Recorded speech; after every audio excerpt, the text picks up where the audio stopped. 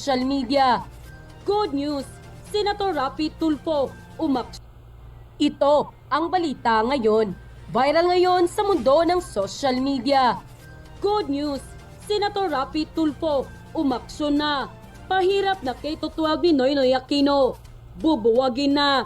Senator Tulfo at Vice President Sara Duterte Carpio magsasanib puwersa na. Pero bago natin simulan ang balitang ito, ay huwag kalimutang i-like ang video at mag-subscribe at i-click ang notification bell para mas maging updated ka palalo sa lahat pa ng bagong videos na i-upload namin.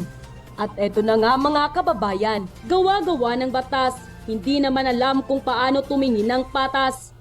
Ito ang naging salita at pagbibitiw ng statement ni Senator Rapi Tulfo sa kanyang programa, kung saan pinatatamaan ng mga nagpasa noon ng K-12 program na di umano'y nagpahirap lamang sa maraming mga magulang at kabataan na obligadong dumaan sa senior high school. Walang pagdadalawang isip na sinang-ayunan ng well-known senator ang naging panukala at revision ni Vice President Inday Sara Duterte Carpio na siyang nanungkulan rin ng DepEd Secretary na buwagin na ang K-12 program at magkaroon ng panibagong alternatibong o military service para sa mga kabataan na siyang dedepensa sa bayan. Ayon sa kanya, makatwiran at makatao ang ginawa ni Vice President Inday Sara Duterte Carpio na desisyonan ang pagbuwag nito sa K-12 program dahil ayon mismo kay Senator Rapi Tulfo, hindi pinag-isipan ng mabuti at pabara-bara ang naging desisyon ng mga nagpirmahan sa nasabing K-12 program ng panahon ni former President Noynoy Aquino na tila hindi nakita ang magiging problema sa mga susunod na henerasyon at mas nagpahirap lamang sa sitwasyon ng marami sa ating mga kababayan.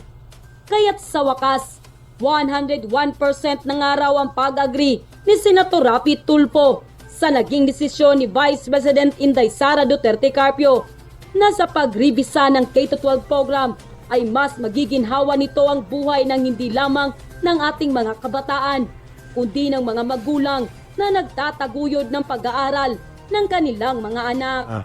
Pinapalagan ni incoming VP Sara Duterte yung K-12. Hindi siya sumasangay doon at pag-aaralan niya yung pagbubuwag, kung tamang pagkakaintindi ko doon. And I totally agree, 101%. Sinabi ko na yun noong una dito na hindi po ako sang-ayon sa K-12 na yan. Totoo po yan. I'll tell you why. Salamat po, Vice President-elect Sara Duterte, at nasilip niyo po yan. Talagang kayo po ay makamasa.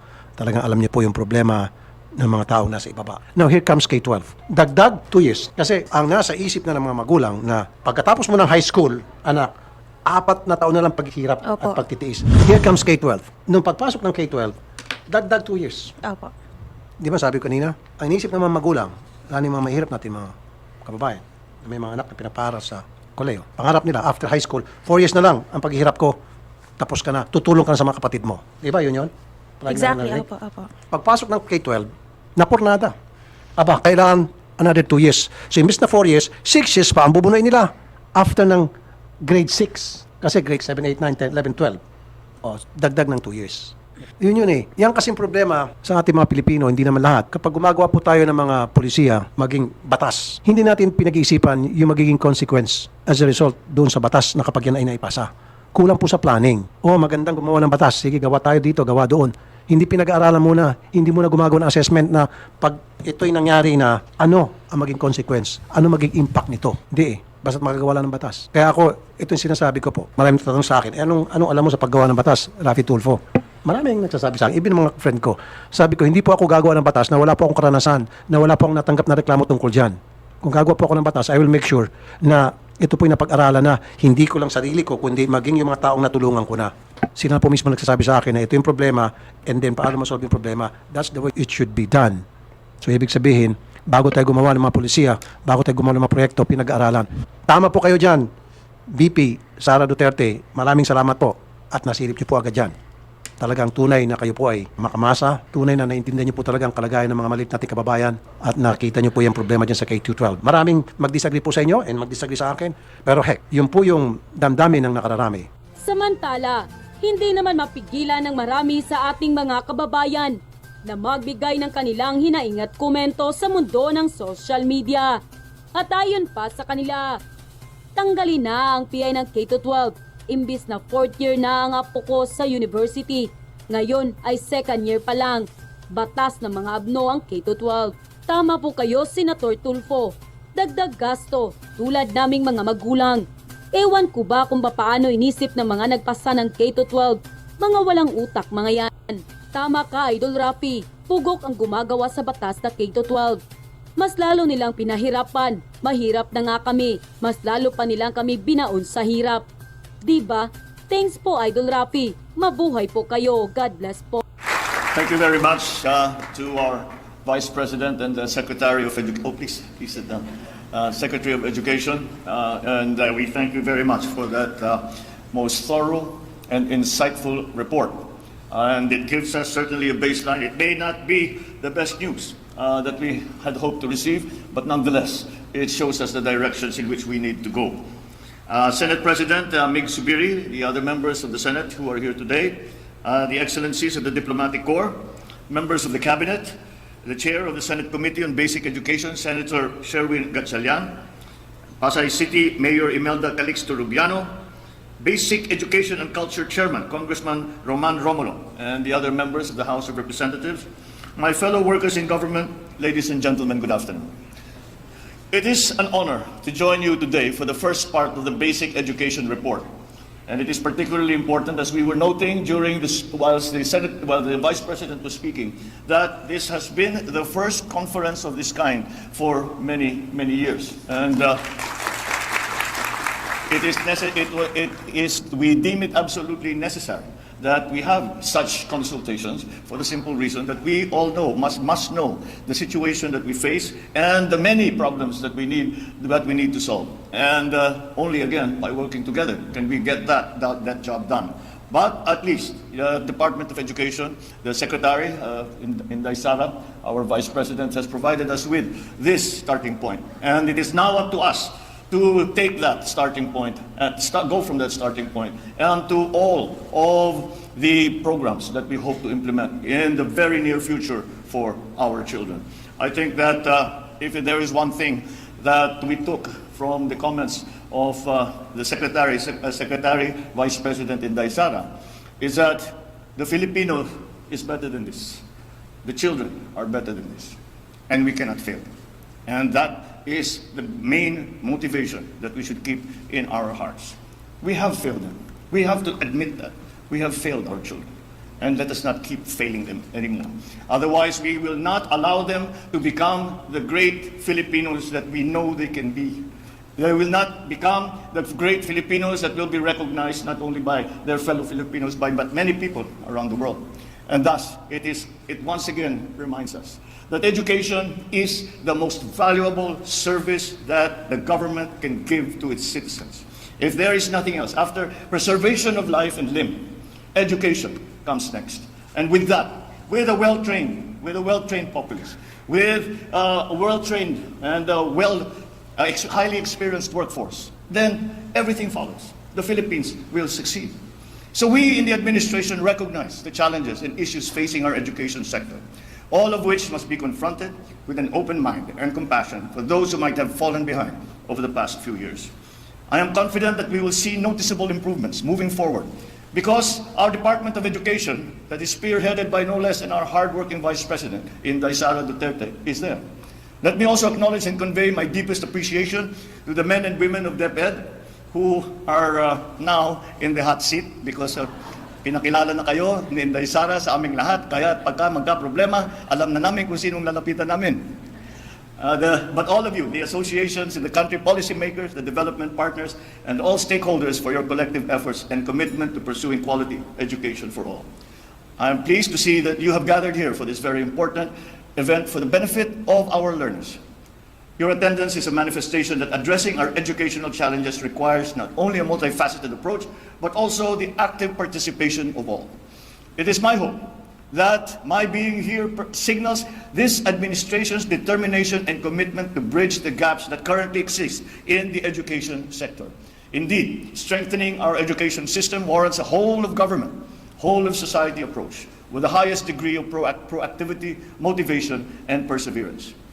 As our nation recovers and bounces back from the losses and adverse effects caused by COVID-19, we must now move full speed to equip our learners and educators with the capacity and tools they need to meet the challenges and opportunities we have in front of us. As many of you know, I have been traveling around and trying to bring to the consciousness of our friends and partners around the world of the potentialities of the Filipino worker and of the Philippines.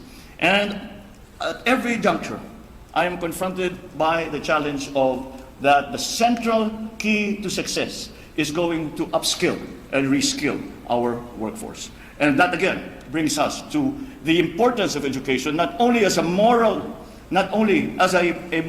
imperative for government, but as a practical one. Because without that skilled workforce, we cannot compete and we cannot succeed. So I'm gratified to see that that has become a very large part of the plans that the DepEd has for the future. The pandemic also brought to our consciousness the importance of being able to adapt to new and changing realities, as well as unexpected circumstances. So again, we must consistently develop and adopt innovative paradigms and strategic reforms that will ensure the resilience of our educational landscape. We must first act locally in order for us to be competitive globally.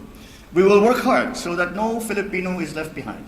And to do even better, we will ensure that we are at par with the global standards in basic education. This endeavor will be at the forefront of our efforts to realize our vision of providing quality education for our children and for generations to come. I have previously mentioned that this administration will at no point scrimp on investment in our educational sector and in our young learners. And I am here today to reaffirm that commitment. We will build infrastructure. We will build infrastructure that will provide our learners, teachers, and the entire academic sector with a healthy and safe environment that is conducive to learning. We will also invest in our teachers. As we all know, that is part of our improving our educational system. If you saw the Senate President and myself talking earlier, we are already planning on how we get the school building program off the ground so that these deficiencies that we saw in the report will somehow be mitigated. Our teachers are there because it is a vocation. Teachers do not become teachers because it is their job.